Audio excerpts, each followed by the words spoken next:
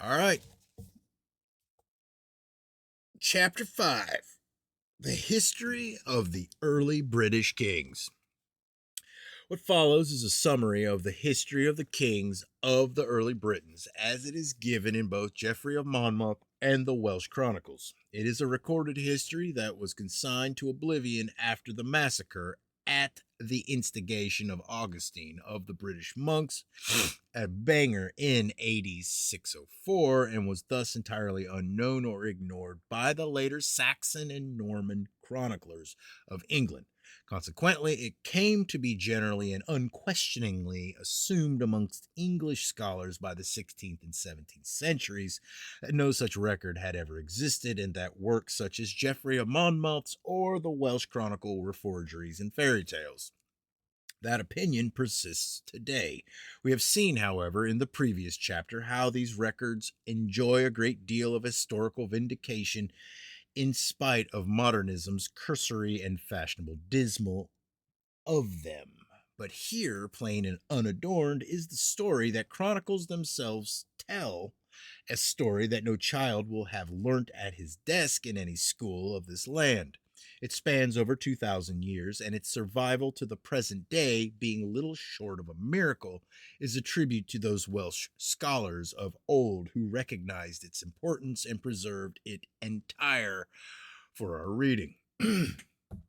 Amongst the ancient records that the Britons themselves left behind, there is preserved in Nennius's at least a list of the ancestors of the early British kings as they were counted generation by generation back to Japheth, the son of Noah.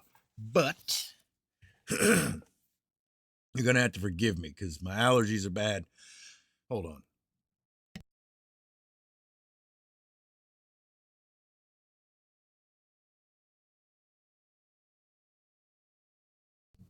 My allergies are bad, which upsets my throat. Drinking coffee, which probably doesn't help. And this is going to be a long chapter. So I'll do my best, okay? And I don't like hitting that button because I'll forget that I hit that button and I'll read for an hour and that thing will be blinking at me. So I don't want to do that. So I'm trying to figure it out the best I can.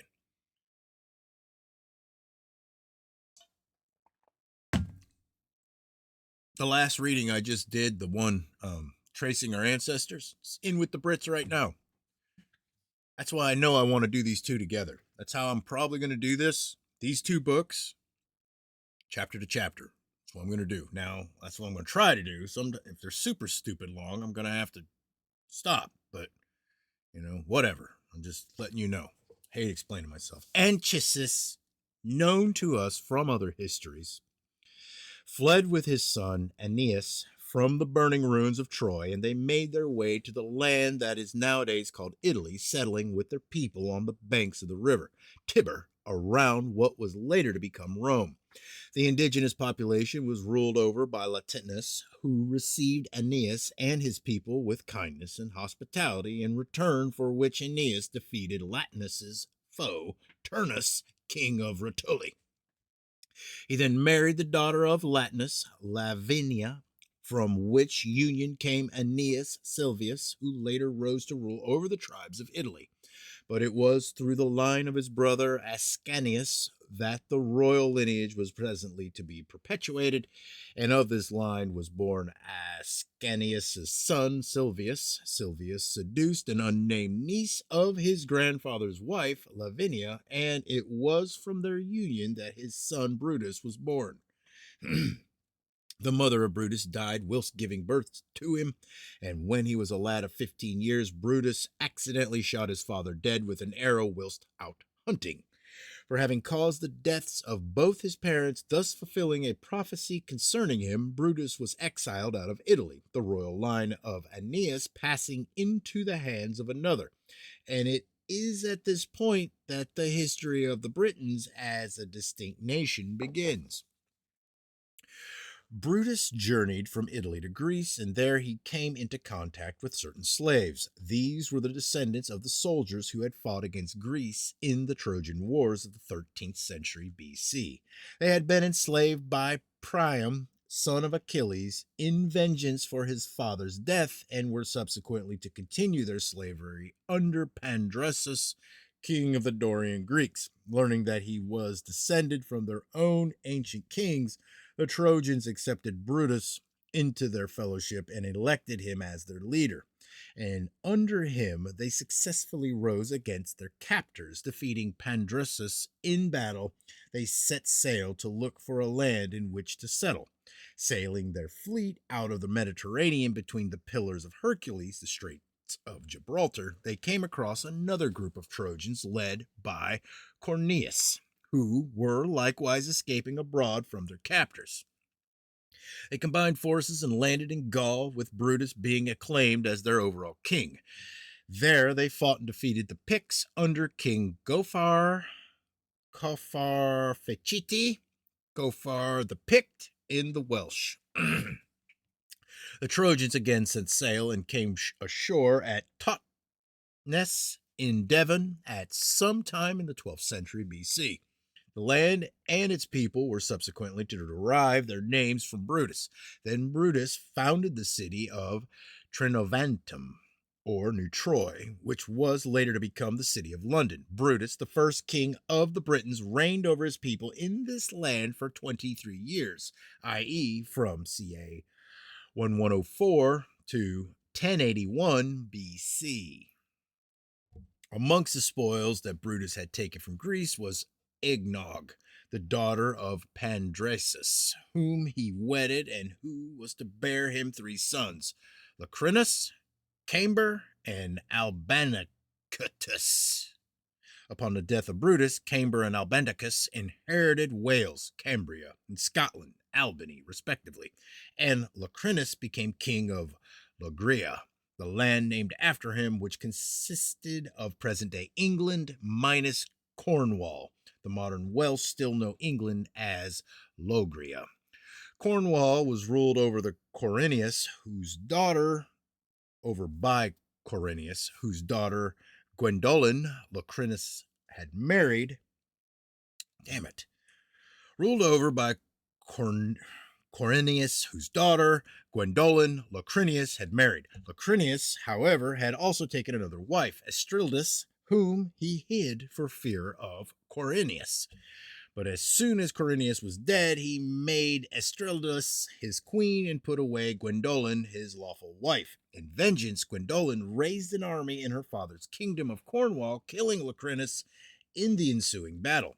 Estrildus and her daughter Abrin were drowned on Gwendolen's orders, and Gwendolen herself went on to rule Logria for the next 15 years. Then, in ca. 1056 BC, she abdicated in favor of her son Madden and retired to her native Cornwall, where she died. Little is said of Madden other than that he ruled the land for 40 years, i.e. from ca. 1056 to 1016 BC. His sons, on his death, contended for the throne, Malin, his younger son, being murdered by Mempricus the elder. Mempricus, member in the Welsh Chronicle, became a noted tyrant who abandoned his wife in pursuit of unnatural vices, and he generally misruled the kingdom. Then, in the 20th year of his reign, in about 996 BC, he was separated from his companions in a hunting party and was eaten by wolves.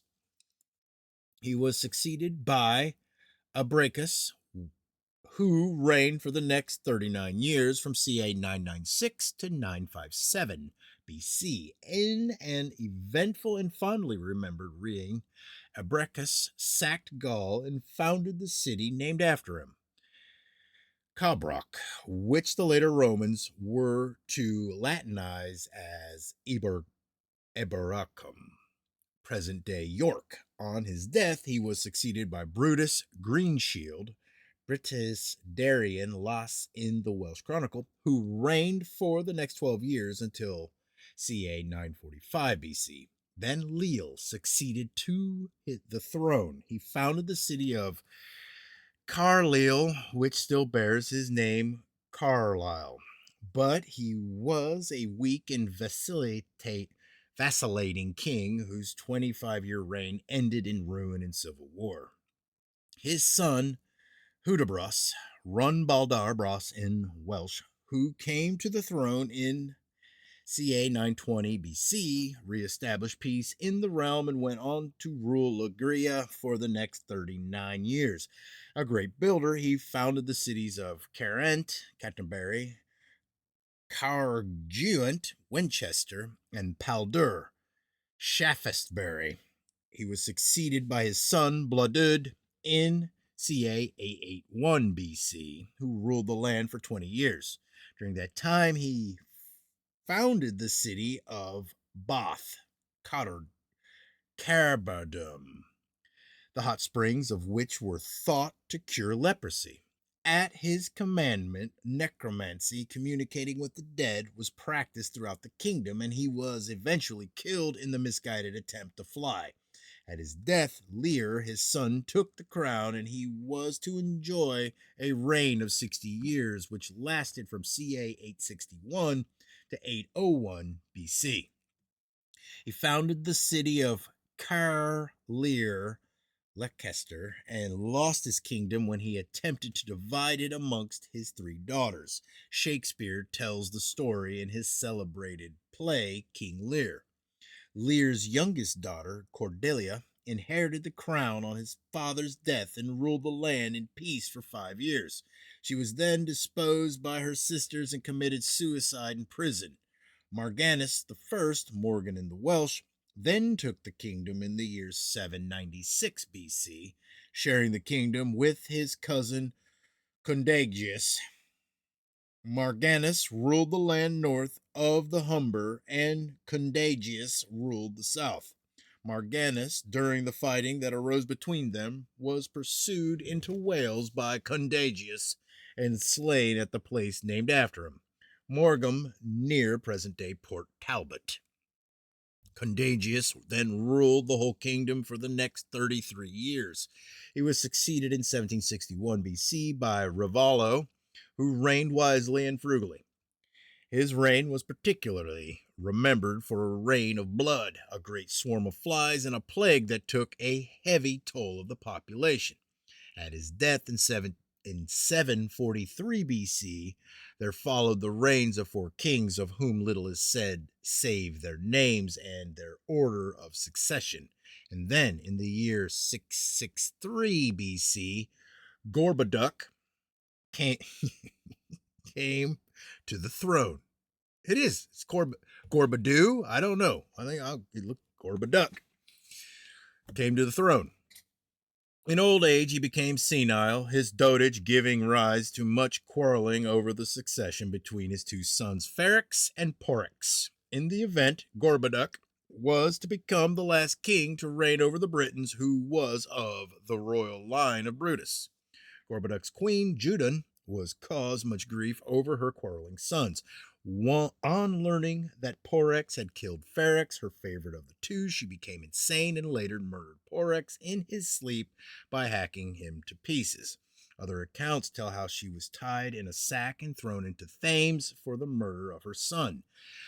The land was then plunged into the political chaos of a 200-year civil war. The outcome of the civil war was decided by a final conflict between 5 kings altogether, and from it all, in ca 440 BC, emerged Penir, the king of Lygria.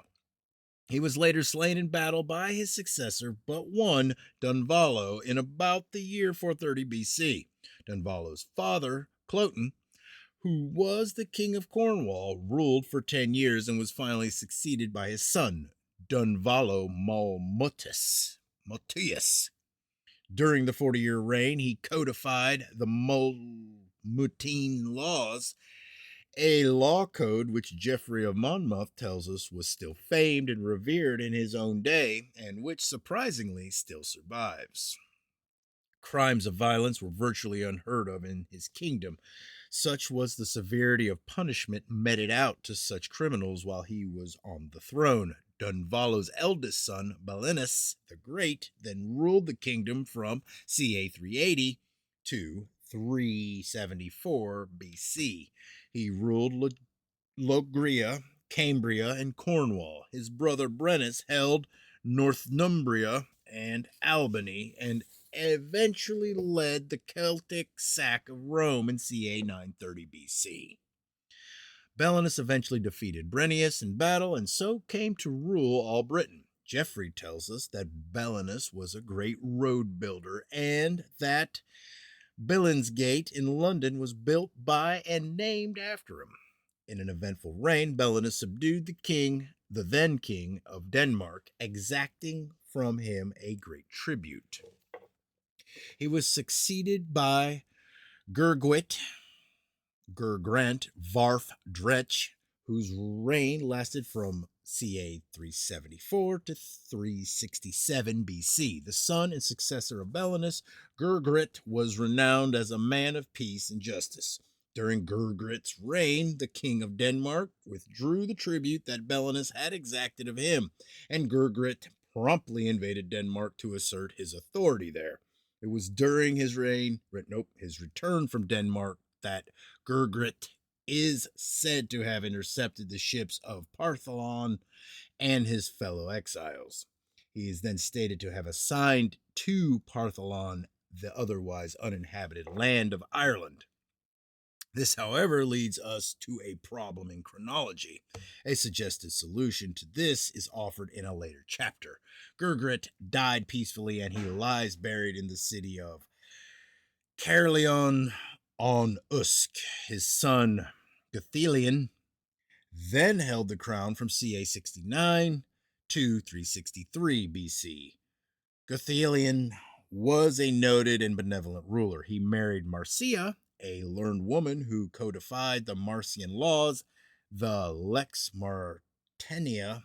Alfred the Great was later to translate the code as the Marcaean laws, believing them to have been named after the much later Saxon kingdom of America. Queen Marcia ruled Britain for about 5 years after Guthlion's death because of their son's minority. But he, Caecilius, came to the throne in ca 358 BC on her death, ruling for the next 6 years. His reign was followed by those of his sons Canarius and Denius, and then Morvidius, his great nephew, inherited the crown. Morvidius, who ruled from ca 351 to 336 BC, was the illegitimate son of Danius and Tagusteia, but he became king on his father's death. An otherwise heroic ruler, he was noted and feared due to the merciless cruelty that he showed towards those whom he defeated in battle. After one particular attempted invasion of his kingdom, Morvidius, against all the laws of the Celtic Britons regarding warfare, personally put to death many prisoners of war.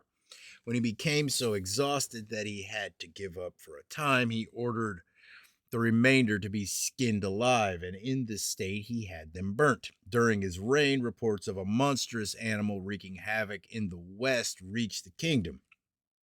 In Geoffrey of Monmouth's original Latin, the creature is called a bulla. With typical, if hasty bravado, Morvidius fought the beast alone, but the monster killed him and devoured his corpse as if he had been a tiny fish.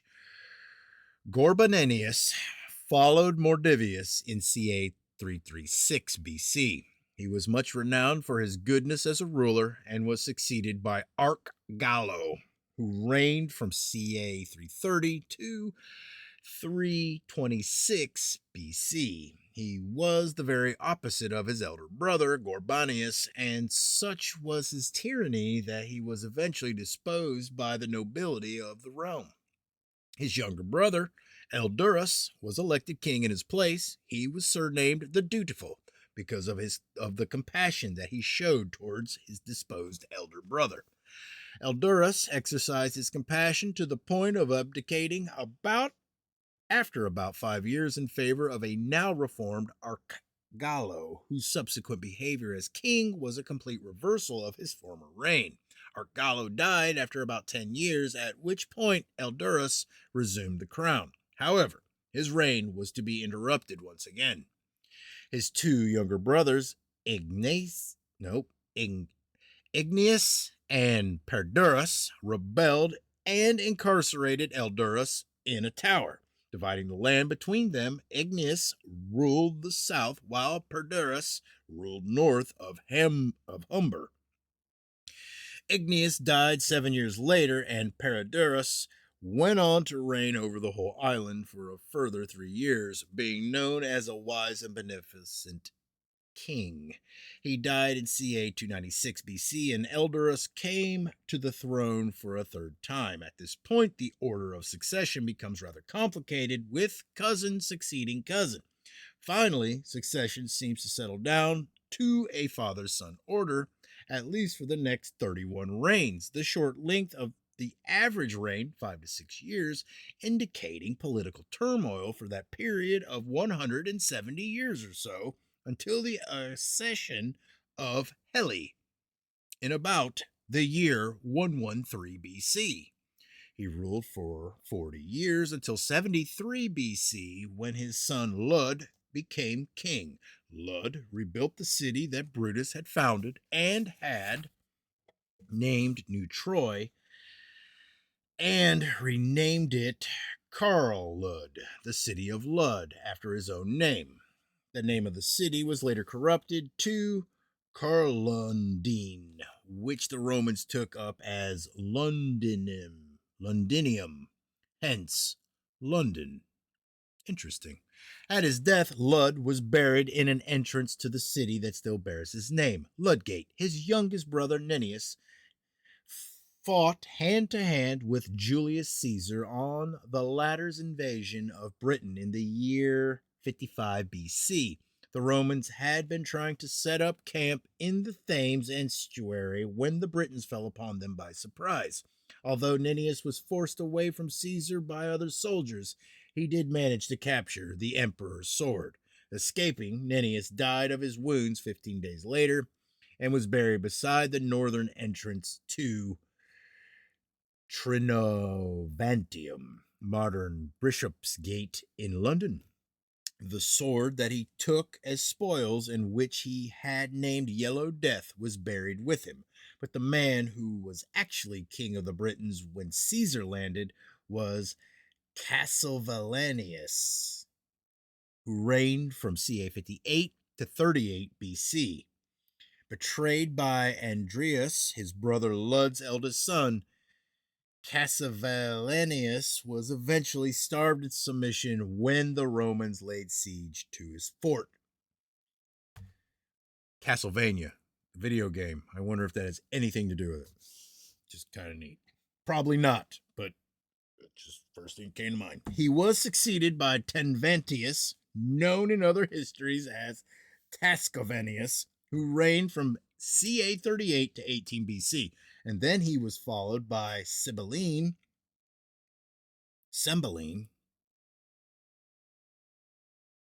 Yeah. And then he was followed by Cymbeline, known to the Romans as Cunobalinius. He was the son and heir of Tenventius. Cymbeline had received a Roman upbringing in the imperial household, and on his succession to the British crown, he reigned for 10 years. His reign was immortalized in Shakespeare's play, Cymbeline. The man who succeeded him was Guiderius, who reigned from ca AD 12 to 43. On inheriting the crown, he promptly refused to pay tribute to Rome. The Emperor Claudius, on his own invasion of Britain in the year AD 43, was attacked by Guiderius's forces at Portchester. During the attack, Guiderius was betrayed and killed. Avaragarius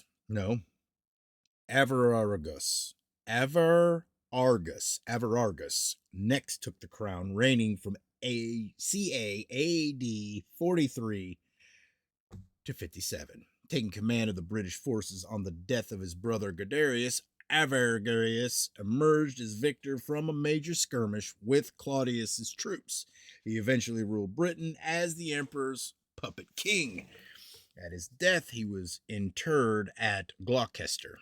Marius came next and ruled from ca AD 57 to 97.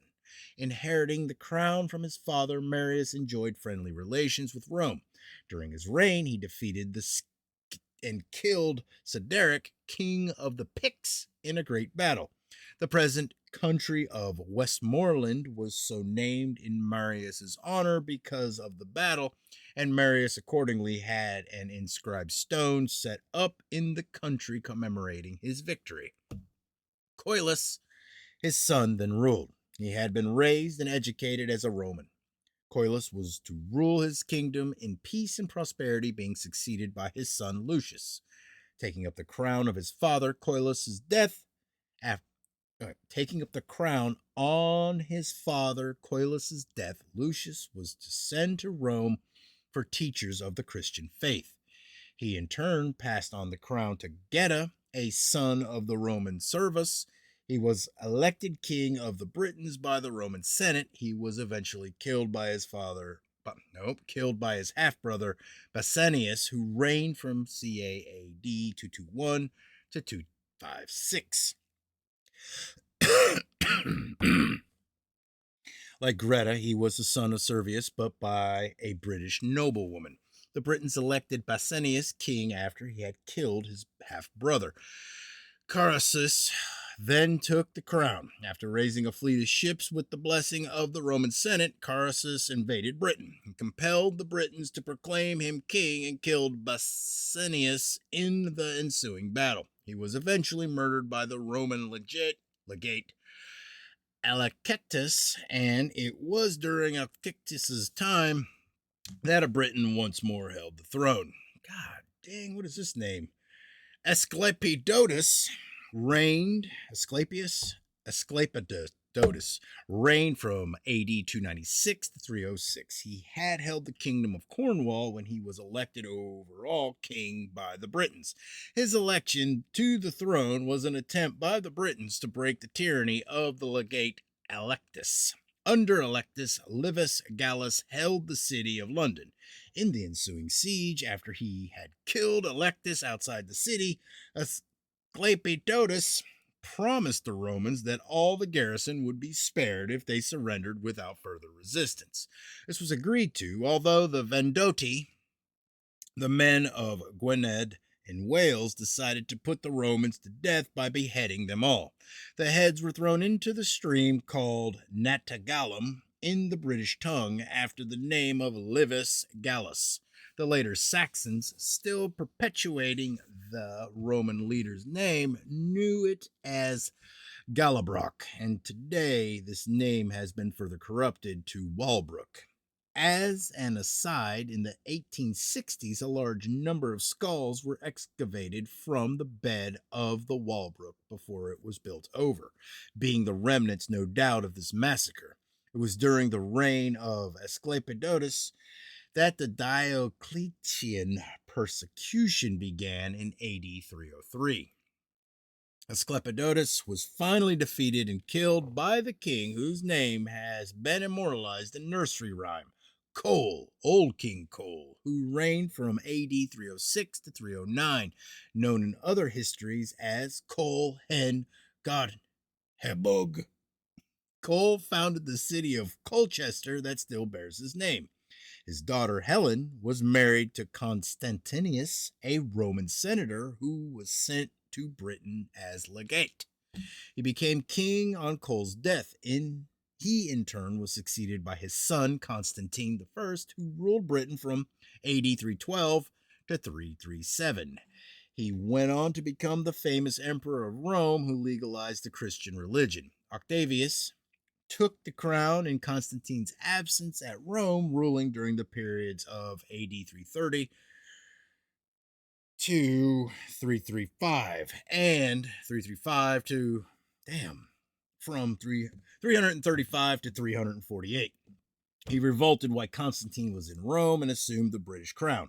In AD 348, he was succeeded by Maximinius Weldic, the nephew of Cole, who held the crown by virtue of that descent. He eventually left Britain to rule in Gaul and Germany, making Cardocius king of the Britons in his stead in about the year AD 362.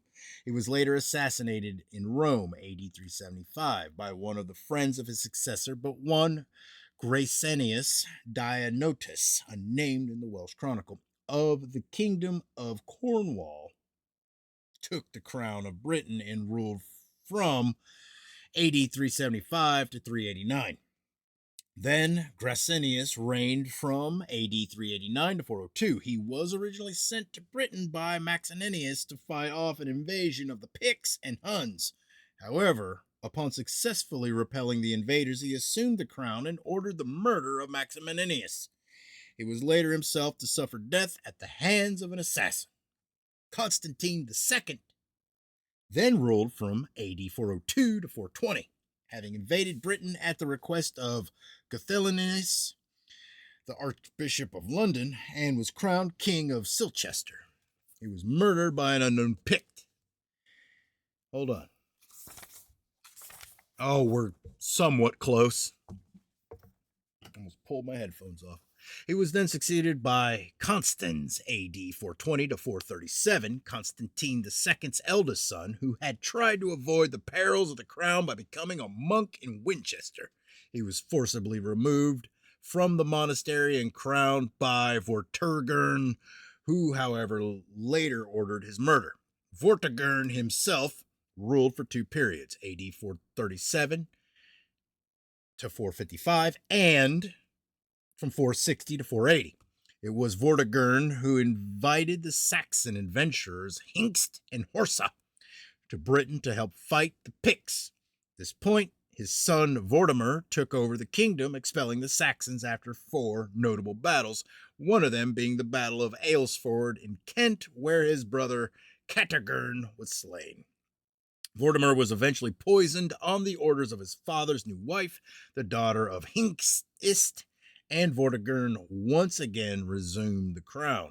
After a disastrous reign during which the Britons began to lose their land irretrievably to the Saxons, Vortigern was burned alive in the tower by Aurelius Ambrosius. The king reigned from AD 480 to 501. Surnamed Ambrosius, he was too young at the death of Constans in AD 437 to take up the crown. He was therefore smuggled abroad and was raised in the household of King Boudicca of Brittany, eventually declared King of Britain.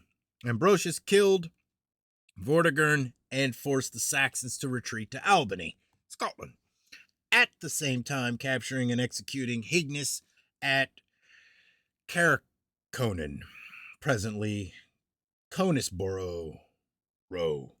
He was eventually poisoned by Eopa, the Saxon, on the orders of Pashent, the youngest son of Vortigern. Aurelius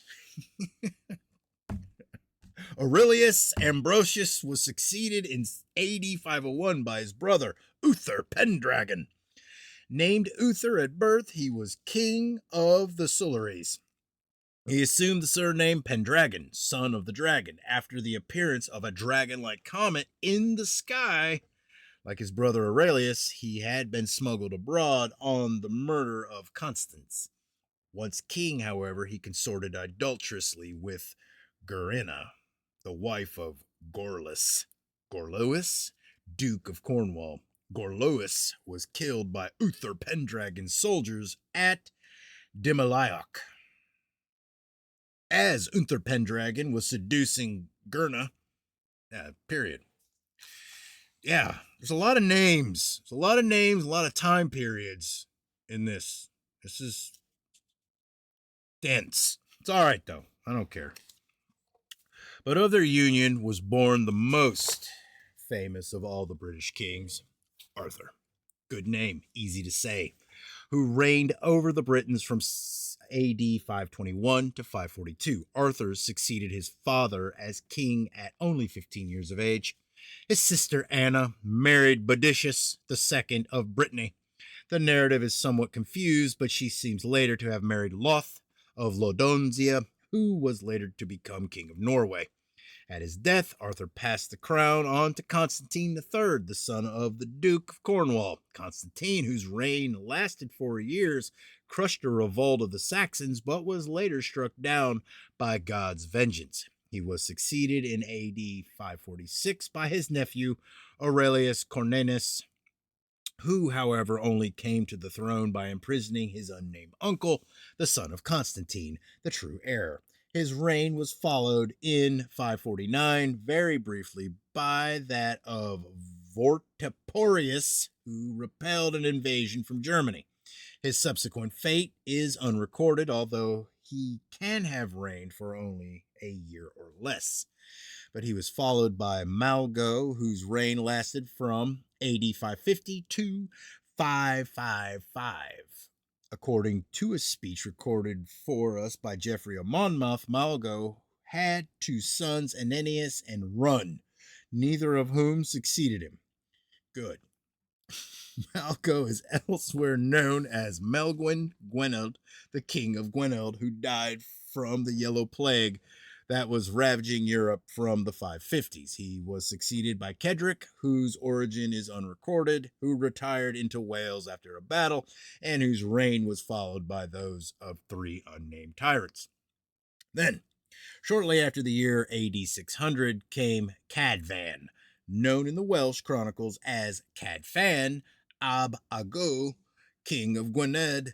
He was of North Welsh descent. He began as king of the Vendoti and succeeded in the kingship of all the Britons by engaging in battle Ethelfrith, the Saxon king of Northumbria, who, with Ethelbert of Kent, carried out the massacre of the British monks at Bangor in AD 604. Ethelfrith and Cadfan divided the country between them. Cadfan ruling over the southern half, his reign lasted until AD 625. He married a Saxon noblewoman of the Gawassai. He was followed by Cadwalla, who died of old age in the year AD 633, but he was succeeded by Cadwalader, whose reign was divided into two periods from AD 633, 643, and 654 to 664. 12 years after he had inherited the crown, Cadwalader was struck down with an unspecified illness, and during his incapacity, the Britons fell to warring amongst themselves. Due to the civil war and due, no doubt, to the consequent neglect and destruction of the crops, the country was ravaged by a long-remembered famine that was followed by the plague. For safety's sake, Cadwalader sought refuge on the continent, entering Brittany, where he was received with much kindness by King Alan II. 11 years later, Alan persuaded Cadwalader to return to Britain and resume his reign. His stay in Brittany would thus have fallen between the years AD 643 and 654. He was then followed by Ivar, who, with his cousin Uni, ruled over the remaining Britons who had finally been driven into Wales. It was indeed during Ivor's reign that the British came to be known despairingly as the Welsh, from an ancient Saxon word meaning a barbaric foreigner. Between them, Ivor and Yini became a persistent nuisance to the Saxons, harassing them for many years, but little good did it do them. And that, in a nutshell, is what the early chronicles tell us about the kings of the Britons. The chronicles themselves, of course, tell a much fuller story, but there is little extraordinary in any of it. Indeed, as we saw in the previous chapter, there is much of it that can be historically verified. So we are presented with the simple question as to why a 2,000-year recorded history has been so poignantly ignored by modern scholars. Why is it that the history of Britain is an entirely blank page before the year 55 BC in any conventional modern history book, and book when such an easily accessible and informative record is at hand? Could it have anything to do with the fact that the Britons traced their ancestry in these pre-Christian records back to the patriarchs that are known to us from the Genesis record, but to whom the Britons should have known nothing in their pre-Christian culture, if what the modernists have always told us was true? This genealogy is laid out in Appendix 7 of this present book, but this is only part of the greater matter that is omitted from modern reckoning and of which the public is unaware. We shall see that there is much else besides regarding the histories and genealogies of other European peoples that is also ignored, but which likewise verifies the Genesis account.